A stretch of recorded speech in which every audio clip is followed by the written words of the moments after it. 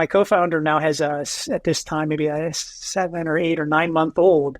And he was asking me about like, at the time when we were selling the business, at the time I had a 2-year-old and a newborn at that moment.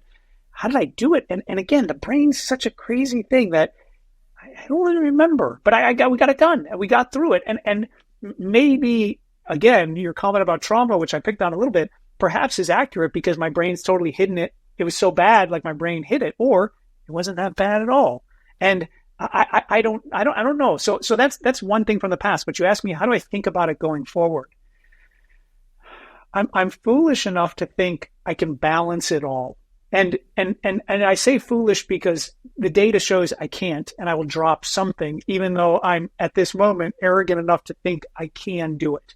And so I think, again, going back to this student analogy, I'm trying to figure out how to do that. And I think, me and my co-founder, when we talk about what we want to do next, we spend far more time this time talking about how would we want to structure our business and our time to maximize the outcome of the business and the outcome for ourselves. Mm-hmm. The goal isn't to work to death.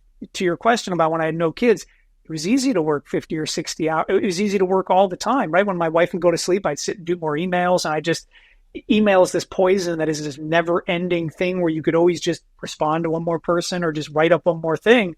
And I, like many people, totally am guilty of getting on the treadmill of like, oh yeah, I'll just hammer out email after email after email.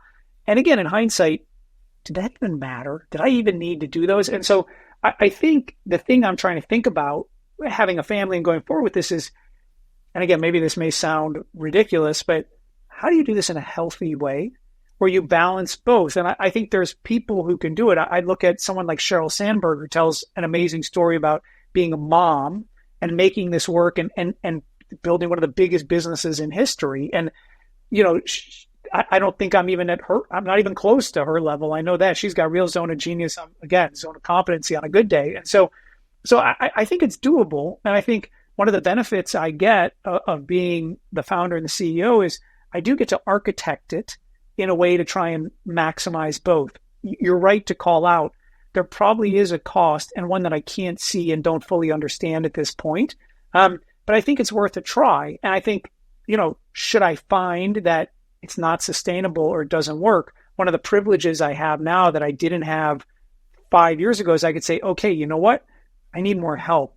We need a COO, or I need a chief of staff, or I need to delegate more effectively, or I need to allocate this somewhere else, or, I need to focus my time elsewhere. I think that's where the difference in being or you need a nanny. Oh yeah, nanny. Yeah, exactly right. Yeah, all the resources, right?